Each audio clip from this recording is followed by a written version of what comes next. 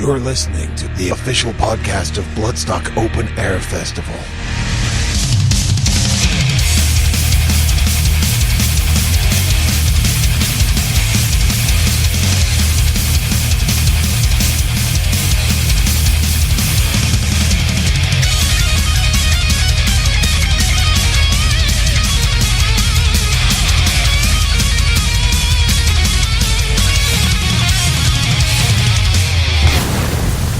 Bloodstock Radio.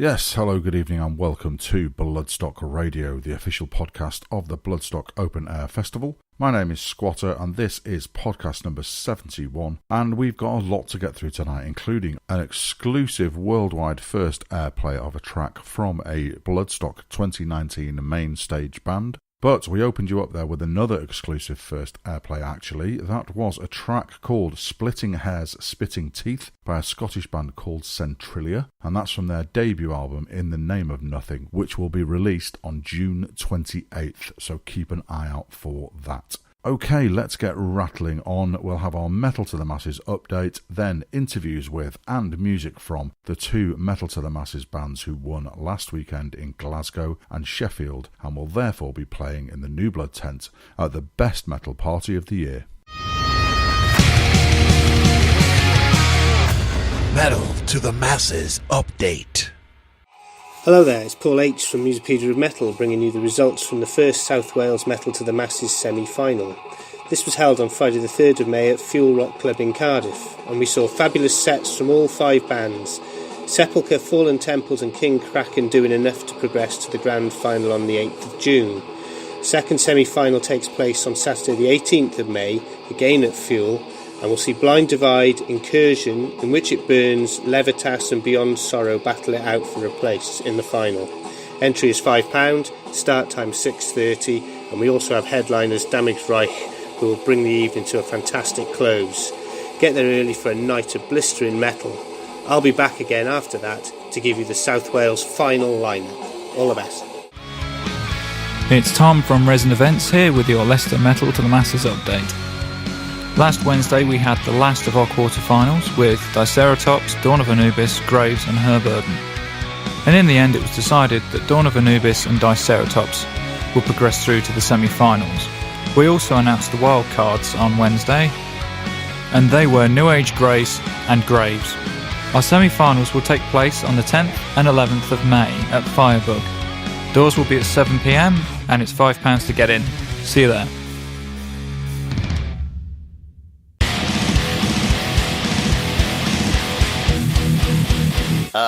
And now on Bloodstock Radio, a Bloodstock Metal to the Masses tour update.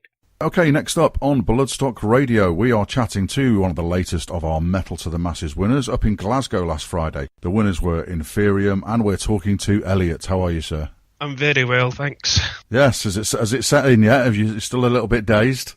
Yeah, we always keep talking about it. We're always like, we're going to Bloodstock, like every day. We just keep saying it, but it's still not real.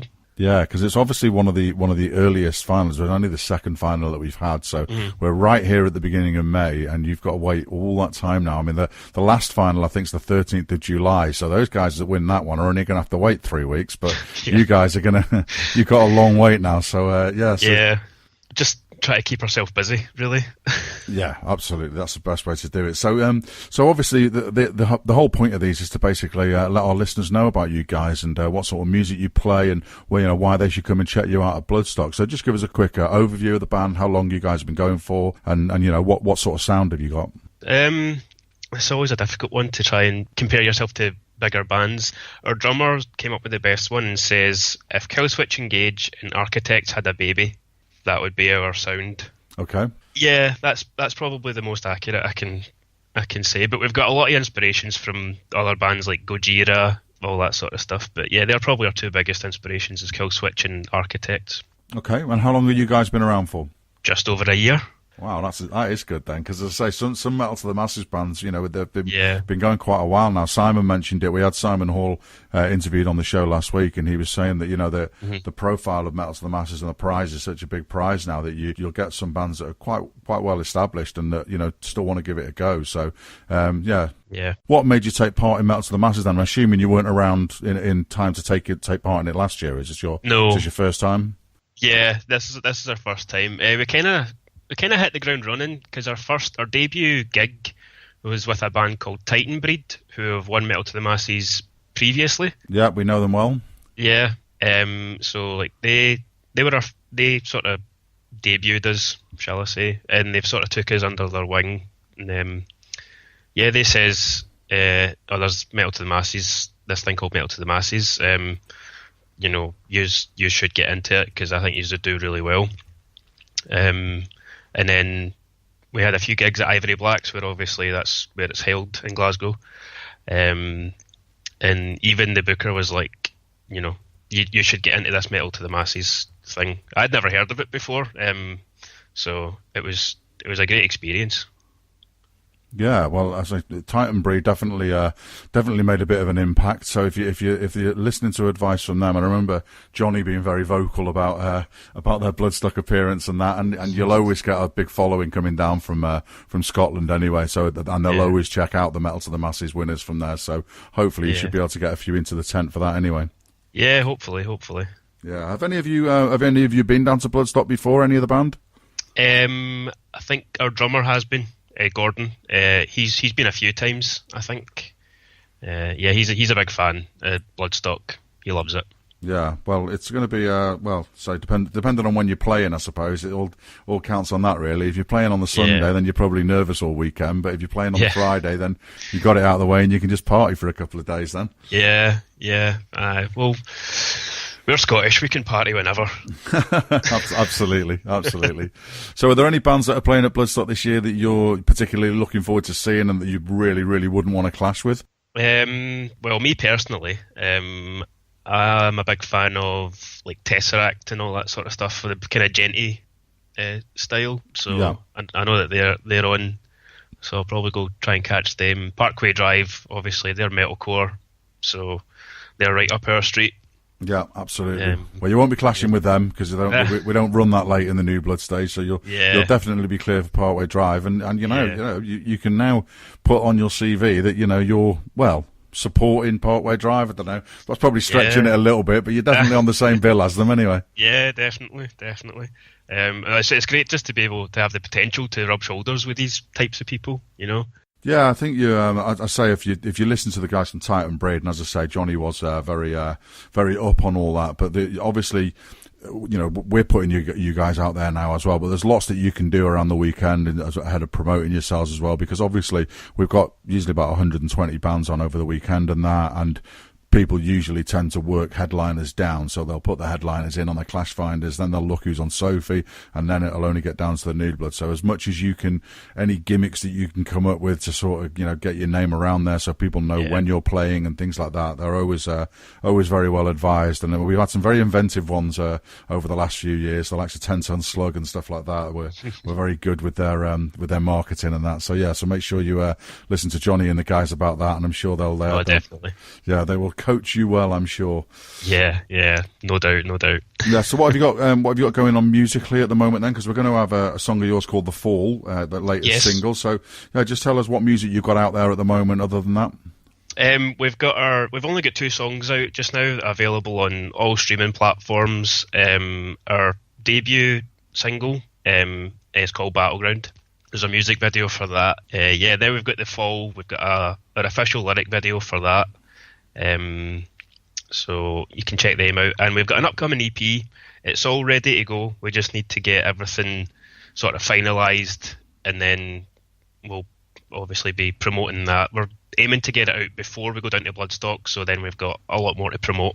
Yeah, absolutely. And I say there's a lot of bands that will, even if it means they've got to rush a couple or maybe not put as many as they wanted on it, they'll a load of CDs pressed and be giving them out round about Bloodstock as well, as it's all to get your name out there, mate. Because I say exactly. the thing to remember about it is that although the Metal to the Masses journey is a reasonably long one, and it's this is just the start of things. The idea of Metal to the Masses and the New Blood appearance is that it's a springboard for you guys to build on that. So it's not like that's the end of the road. We've done it. We play Bloodstock. Woo!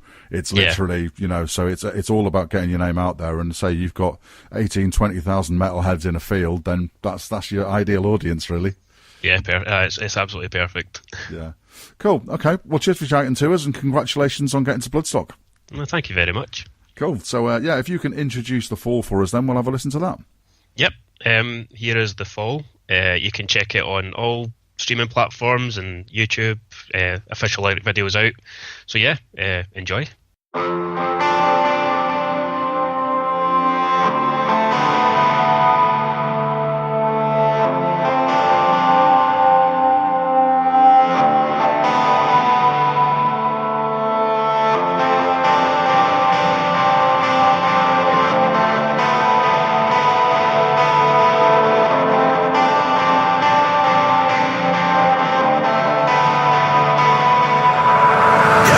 To take it out.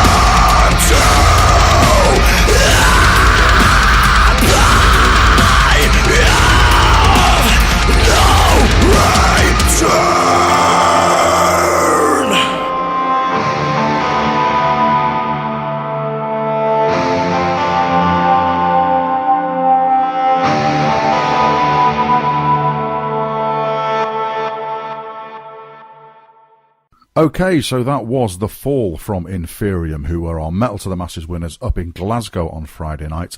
And just 24 hours later, Mr. Rob Bannister was at the Mulberry Tavern in Sheffield to judge their final, where the winning band were called Defamation of Man. And I'm joined by them now. How are you doing, guys? Hiya, Joe. All's well? Yeah, so we just spoke to Elliot from Inferium, and they're all still a little bit dazed and confused from it all. So how are you guys doing? We're fine. It came as a bit of a shock. Take it all in. Trying to take it all in. I mean, it was a great competition, and the bands were immense that played that night at the final. The bands were generally immense all the way through. Yeah, it was pretty hard in the Sheffield round, we feel. Yeah, I spoke to Rob Bannister the day after, and he did say that it was, a very, very strong competition as well, and it was very busy in there as well. He said it was sold out, and said they even ran out of some beer. They ran out of at least one draft beer and virtually all bottles and cans. So that's got to be a good night, hasn't it? Yeah, I mean, Sheffield drank the place dry, so. So tell us a little bit about your band then. Defamation of Man. How many of you are there? How long have you been going for? And what sort of music can we expect from you guys? We've been going since 2010. There's 4 of us. We're a 4-piece band. 1 guitar player, 1 bassist, 1 drummer, and 1 vocalist. Our sound is basically... Someone once came up to me and said, finally, Sheffield's answer to Lamb of God and Devil Driver. So that's kind of where we fall in genre-wise. Heavy groove, swinging metal band, I would say. Hardcore type live show. Yeah. So tell us a bit about your decision to take part in the Metal to the Masses. Is it something that you'd done before, or is it the first time you competed, or why did you get involved in it in the first place? This was actually the 3rd time that we entered Metal to the Masses. The first time was in 2013, and we made it through the first round, but not the second. And then in 2014, we made it to the first round again. And then I fell poorly, and we had to pull all shows for about 2 years after that. And then got a message from Gareth and Jake and them saying, please would you guys play it? And we were kind of sitting around going, we don't know. We just finished recording our 3rd album at the time. And then we went, yeah, okay, well, let's give it a shot. We need to do some gigs and see how we'll do. And the next thing you know, we're in the final. And the next thing you know, we're talking to you. Cool. Looking at your social media there, it seems that you have had a few points where the band has maybe nearly ceased to be and that, and you've maybe sort of thought about whether to carry on with it, and you've managed to keep going. So getting to Bloodstock must be a massive boost after going through all that, yeah? It is a massive boost. I mean, at one point, Luke and I, we were sitting in the practice room and we were saying, all right, this can go 2 ways. Either we go, that was fun, we had a great run, or we can write new music for an album. And luckily we decided to just push through and write new music for another album. And that's where Lamb came from and all that. Metal to the Masses was my first show with you guys as well. Yeah, I mean, Ben joined the band about a year ago.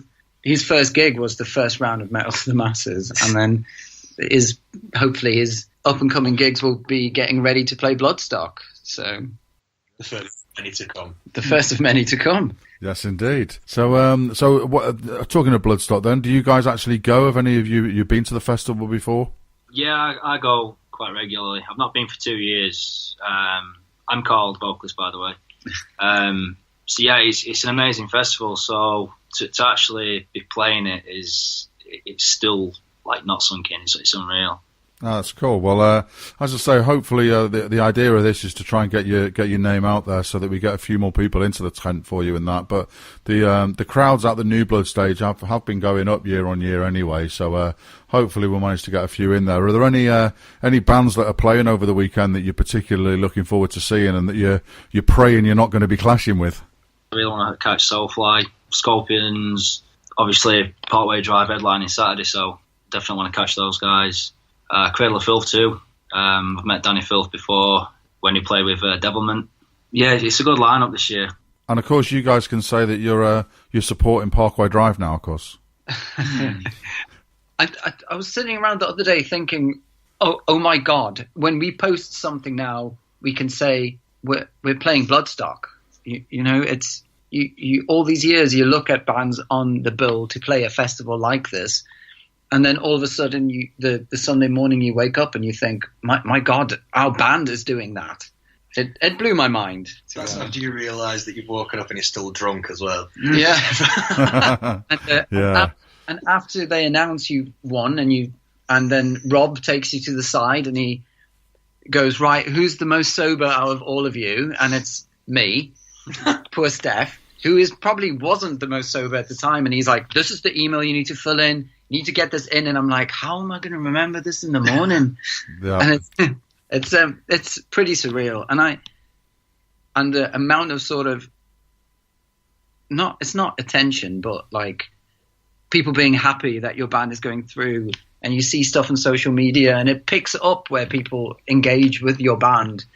I mean, it's really nice to see that happening again. Yeah, it means a lot. And definitely I feel that when people come to our show to see us, if the people are there and they come and see us play, we will give them a show that they will never forget, because we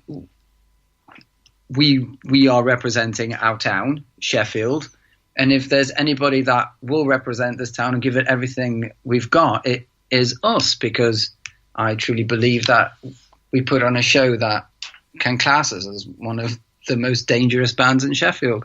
Cool, well that's what it's all about. Obviously we've got 31 regions this year, so it's the biggest Metal to the Masses that we've ever had, so you'll have bands from all over the place, so including Norway and Poland and Ireland, so yeah, it's a really, really good collective, and I say you'll also probably have found already through doing the Metal to the Masses that you get a little bit of networking with that, but you're now hooking into a bigger network as well, because you'll also meet other Metal to the Masses bands, you know, one on before you, one on after you, probably over the weekend. You'll bump into others over the weekend, and afterwards you'll also be getting sort of, you know, offers to come and play Metal to the Masses events next year as winners and things like that. So it does open up a whole new set of doorways for you now. Because I sort of figure out the next step of this is you go to this event, you meet bands that has won the same kind of competition that you have. You network, you let them know who you are, you know who they are. And it's a good time now for metal to sort of interchange shows so that the music scene doesn't just stay localized. Yeah, well, that's what we're hoping to do with this as well. I mean, there are some of the promoters are already talking to each other, and we already try and do a few sort of, I think some of them do almost like a warm-up, a Bloodstock warm-up, where, you know, some of the regions hook up and they put on, you know, say it's like 4 regions, they all put on 4 of the bands in each of the regions, if you know what I mean. So, and they do like a sort of Metal to the Masses showcase and stuff like that. So there's definitely some of that linking in, but again, it all depends on the promoters. But Jake up in Sheffield there, I mean, Heel Turn Promotions, he's been great this year on, we have the Metal to the Masses update each week on Bloodstock Radio, and we're obviously reliant on people sending that in, and Jake's been great at sending the stuff in this year. So yeah, what about his input to things, and how well run has it been and everything? It's been excellent, yeah.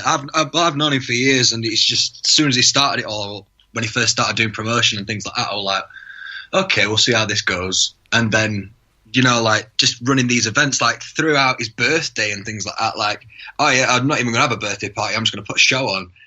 And it's just like, the guy's dedication is just unreal. Yeah, I mean, like, Jake and Gareth, I mean, like, hats off to those guys for, you are informed all the way, you are encouraged all the way.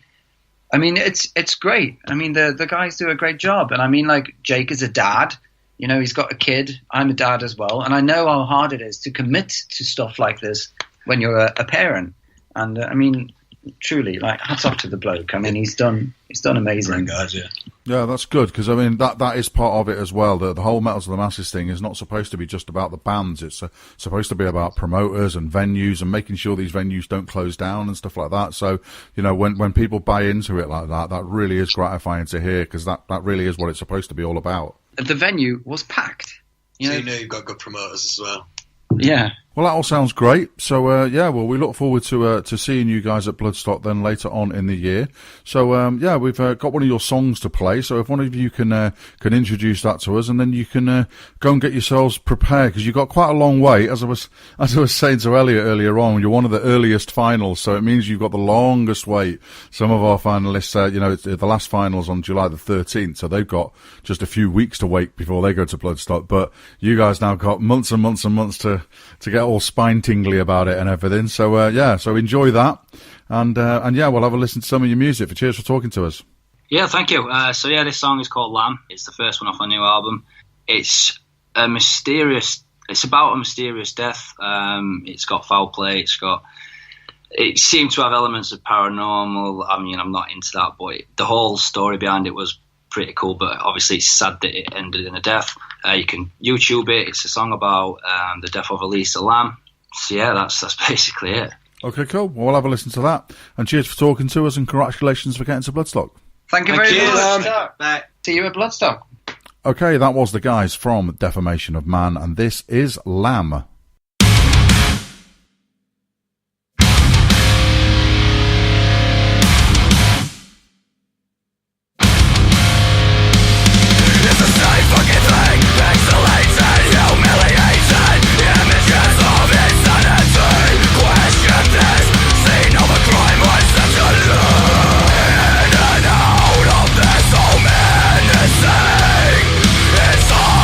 Watch as you walk out of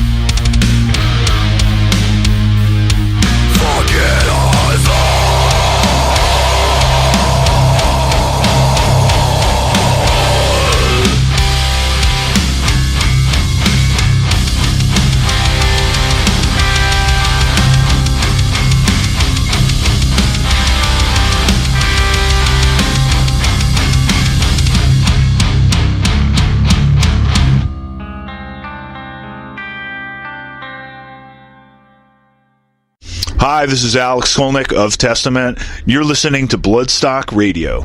So, congratulations to Inferium and Defamation of Man. That's 3 Metal to the Masses finals down and 28 to go. And the next 2 are next weekend. That's the 17th and the 18th in Belfast and Dublin, respectively.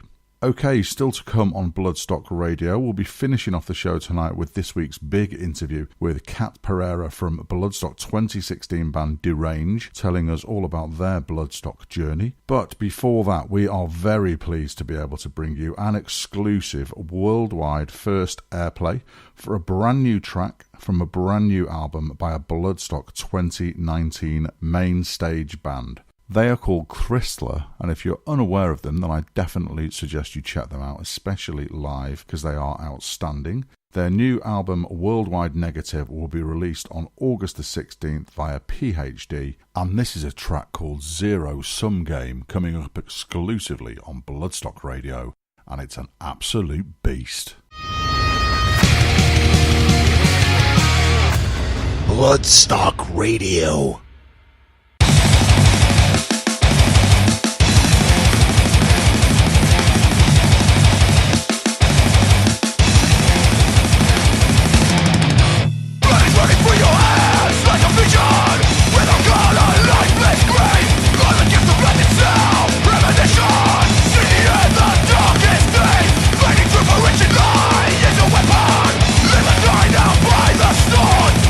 Everyone's face like a venom.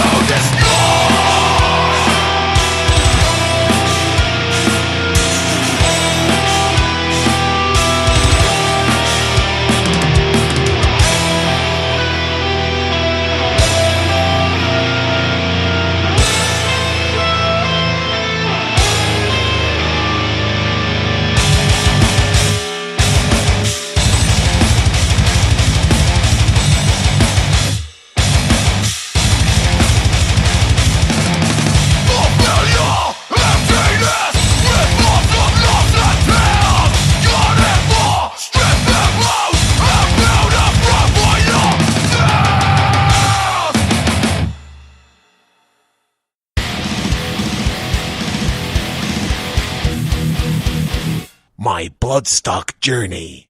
Okay, next up on Bloodstock Radio, we're having a chat to Kat from Derange. How are you doing, Kat? Yeah, I'm good, thank you. How are you?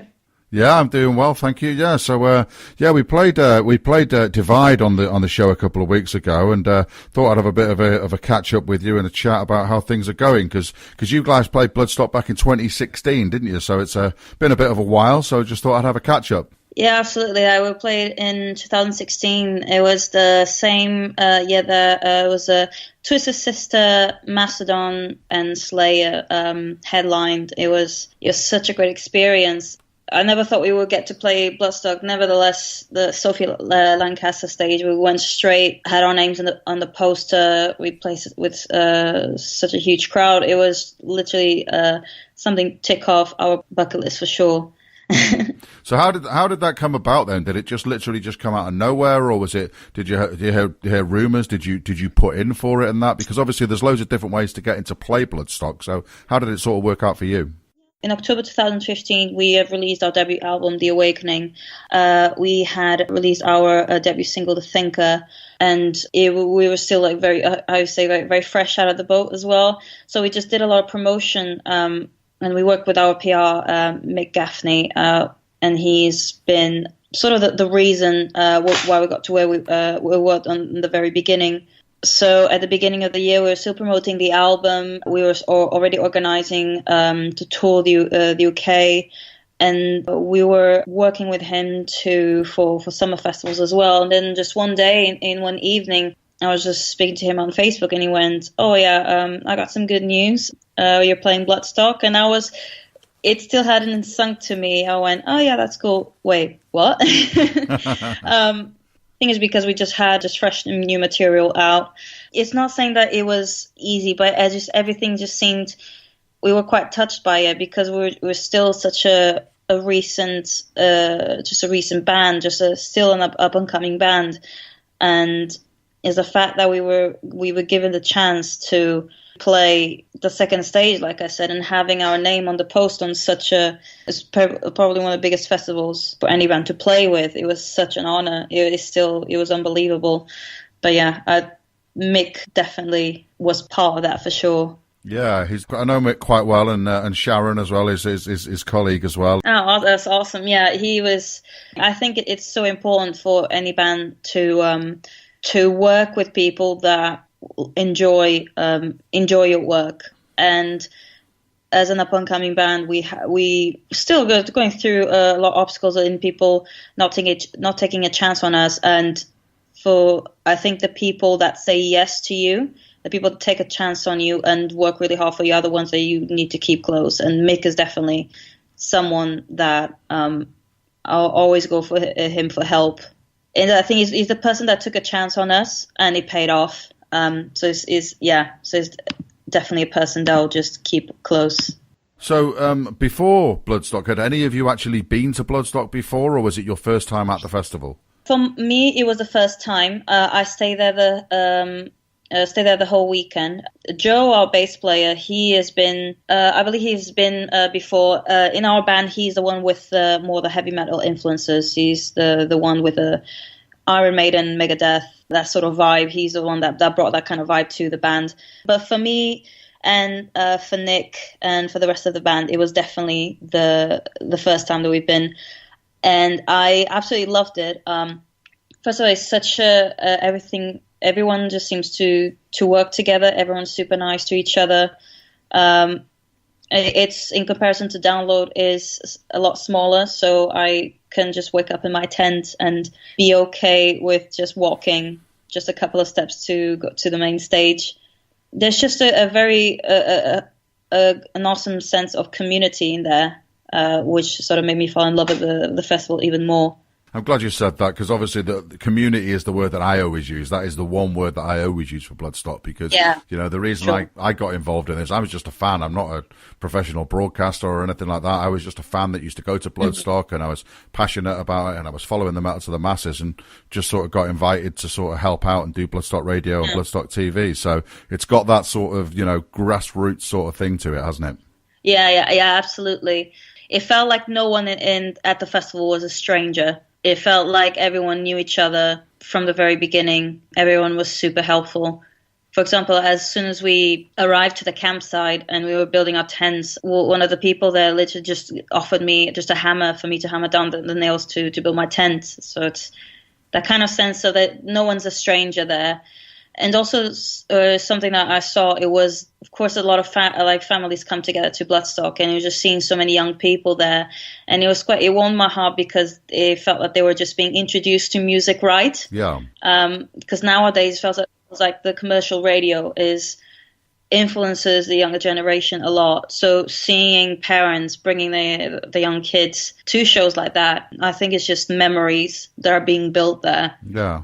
Yeah, just children are being taught music right. That's how I say. That's how you should educate children with music. Yeah. So, what are your memories of the actual performance then, and the actual, from the minute you arrived backstage and you're getting setting up to the minute you stepped off the stage after your performance? How did it go? On the day of the performance, we had a lot of PR and interviews to do, and also we had our performance. We had an acoustic performance with the Epiphone bus. We performed one of our singles. So everything was just a bit in a rush. So we were just doing our interviews, like jumping from one interview to another, and then we had our acoustic interview, and literally I had to rush and get ready. And all of a sudden, I just see myself backstage, and we were all like looking at each other. I'm like, oh my god, we're playing Bloodstock. Is this it? Oh god. And we just got backstage, and then we just got into the stage. First of all, it was the first time that we were playing it was the biggest stage that we played. So the first thing I noticed is there's a lot of room to walk around here because we're always so used to such tight performances. And all of a sudden I had all that room to run, which was quite fun. Uh-huh. It was, thought also it was just the people that were there, and they were just welcoming. From that performance, we grew up like the great fan base, and we woke up to about 10 messages on our Facebook page saying how they just we got another fan, and all of a sudden they were buying merch as well. Just one I remember, it was a dad that he was with his little girl. She was on his shoulders, and I noticed in the corner of my eye, and every time I performed, and every time I turned to her, I kind of like waved at her. And she sort of smiled, and then the next day of the performance, I got a message from a dad saying, "You made my little girl's day. She loved it. She loved your performance," which is those little things that make it all of this worthwhile. Yeah, absolutely, and that's and that family thing is what Bloodstock's all about. But you do get those connections as well, don't you? As well, when you even in a tent of like 4,000 or 5,000 people, and the fact that you can have that sort of personal connection with someone's brilliant, isn't it? Yeah, absolutely. Yeah, I felt like no one was a stranger there. Okay, well, I'm glad it all went really well on that, and that you enjoyed yourselves at Bloodstock. So where have things gone from there? What sort of boost did that give you, being able to put Bloodstock on your CV? Did you find that it sort of raised your profile a little bit? Did it get you any more doors opening, any better gigs, things like that? Yeah, I think for sure we had a lot more doors open to us. I think having the opportunity to play such a festival and add it to our CV, as you say, it definitely gives a band more credibility. Which sometimes it shouldn't be the case. It should be about the music. But I think having that sort of credibility because we play that festival makes more people in the industry thinking, "Oh, they played this, so they must be good." I think before that we released our second single from the album, which was Echo. That we released that like a bit before Bloodstock. And I believe we released the lyric video for our single "This Is the End," which was the song that we performed in the Epiphone bus. Just after that, a lot more summer festivals. We went through more like indie summer festivals because at that time after Bloodstock, we just wanted to focus on doing our second album. A lot of stuff happened that year, not only playing Bloodstock, but we also had a change of lineup as well.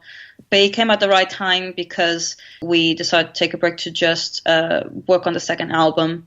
So we just focused on that. We focused on that for a whole year from 2016 to 2017. And 2018 as well, we recorded the second album in 2018. So it was a long just a long time just focusing on brand new writing, as well as doing some live performances just to keep us fresh and just to keep the buzz going. But I think after Bloodstock, it was definitely the beginning of just a brand new era for Deranged.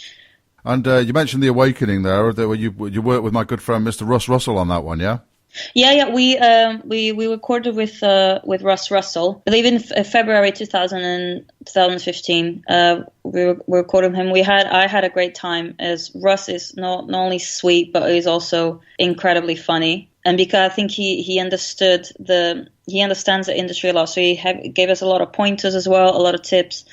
So, and also recording with him gave us a lot of credibility as well.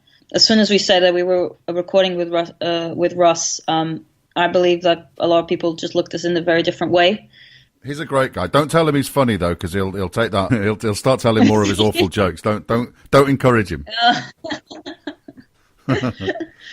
Yeah, Russ is a sort of a I don't know. He's almost like a little Bloodstock mascot. We always have him there at Bloodstock, and he always try and make sure that he's as drunk as possible, and then we grab him for an interview on Bloodstock TV. Oh yeah. So, yeah, when we performed at Hard Rock Hell Festival in Birmingham, and I caught him, he was already gone where the alcohol had taken him. So he came to see our set, and I could see in the corner of my eye, oh, he's gone. But every time I see him, it is I'll keep. I'm trying to not say that he's funny, but I think he's funny in his own way. He is funny. He's great. Love Russ to bits.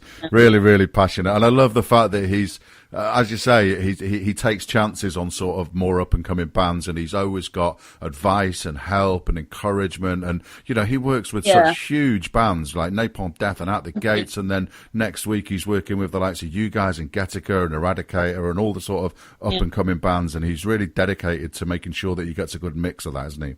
Yeah, it was definitely heartwarming when he wanted to work with us, and also because I think he was just fond of my vocals as well, which helped me, because for me, like when I'm in the studio, I love it and I hate it, because I love it because I just love being in the atmosphere, because you're just creating something new. But at the same time, is that time to be frustrated, and is the time that I hate my own voice. And also I want to push myself to do something that I'm not comfortable with. So it's get out of my comfort zone, because you come up with you come up with something, and you always have to think to yourself, there's a better take, there's a better line, there's a better lyric. So it was definitely a great experience for me to push myself as well. So fast forward to where we are roughly now. So the new single Divide came out a few weeks ago, and that. So tell us a little bit about that. It's a very powerful message behind it, isn't there?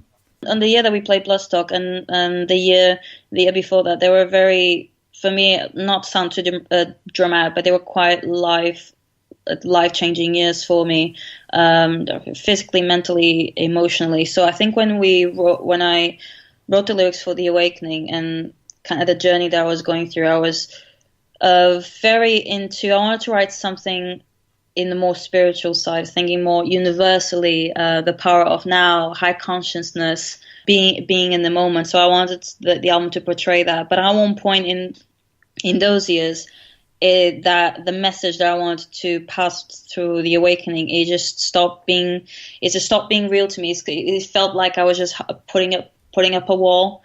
So with the new singles that we are releasing now, and the second album that we want to release, I think now it's definitely more raw when it comes to the messages.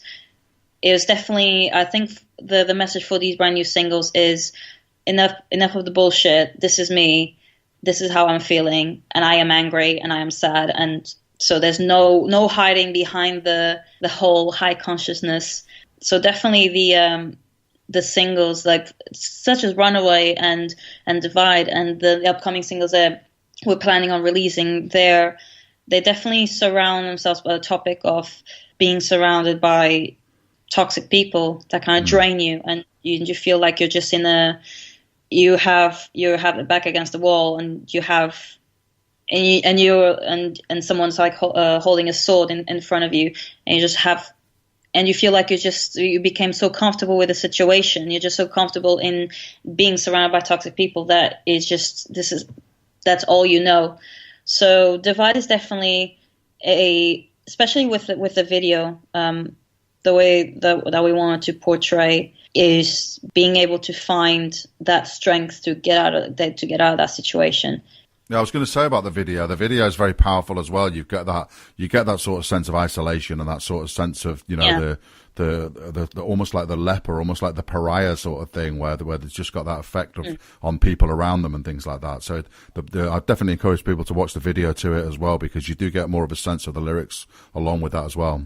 Yeah, for sure. Like for the music video, I absolutely adore making music videos. I think it's that chance that you have to put the music into a visual creation, because now people see a lot, listen to a lot with their eyes. So for every video that we make, we will challenge ourselves to make something better than the next. And I think this time we definitely needed to make a full narrative. We were thinking of adding a performance to the video, but I think if we put the performance, the narrative would just get a bit lost. So we just decided to take out all of the band members, take the performance side of things, and just focus on the story. The actors that we had in the music video were just phenomenal. So I just think, like, if we wanted to make a narrative, we wanted to go full on. We wanted to hire people that really knew their shit. So the actress herself, Alicia, she was phenomenal. Because even though I didn't even need to be in the shoot, but because I'm a pretty control freak and I knew what the story needed, I knew what the story needed to be about, I was there, and she took all the instructions super well. She basically, when she was acting, was exactly how I wanted the video to be, and it definitely all that hard work paid off. And the director, James, his full name is James Kennedy, and we worked with him for the last 3 videos since The Awakening, and it literally is, every time I work with him, something great comes up, and yeah, that's how Divide came in.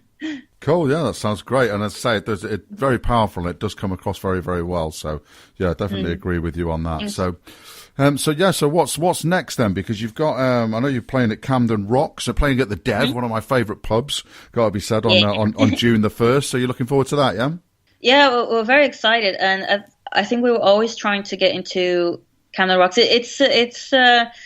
It's weird that we were able to play Bloodstock, but we never got a chance to play Camden Rocks, because on the same year that we played Bloodstock, we played a Camden Rocks Presents. So, but we didn't get to the actual Camden Rocks Festival. Okay. But it's the fact that we are able to play. And it's such a great lineup as well, with Wheatus as well, which it's part of my childhood. Yeah. It's great, especially with the Dev as well. It's such a great rock pub, and we can't wait. Especially because our show has changed so much for the better. It's a lot more powerful, a lot tighter, and a lot more comfortable with what Deranged is. So yeah, I'm excited. It's going to be good.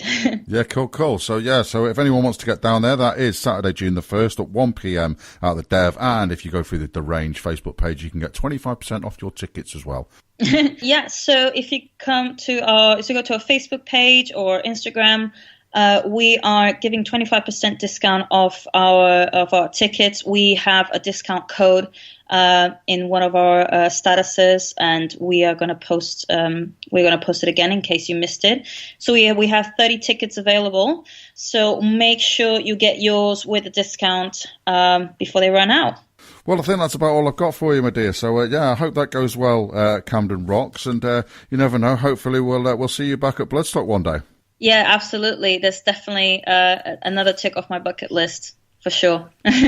Cool. Okay, so we'll have a listen to the single Divide. And I'm also just going to give a quick mention out to Emma Scott from Plug-in Baby, who sent you guys in our direction as well, because obviously Emma does a hell of a lot of work for up-and-coming bands as well. So it was great to hear from her, and it's great that she's sending you over to us. So cheers for talking to us, Kat, and you can introduce Divide for us. Hiya, this is Kat from the band Deranged from London, and this is our brand new single, Divide. Hope you enjoy it.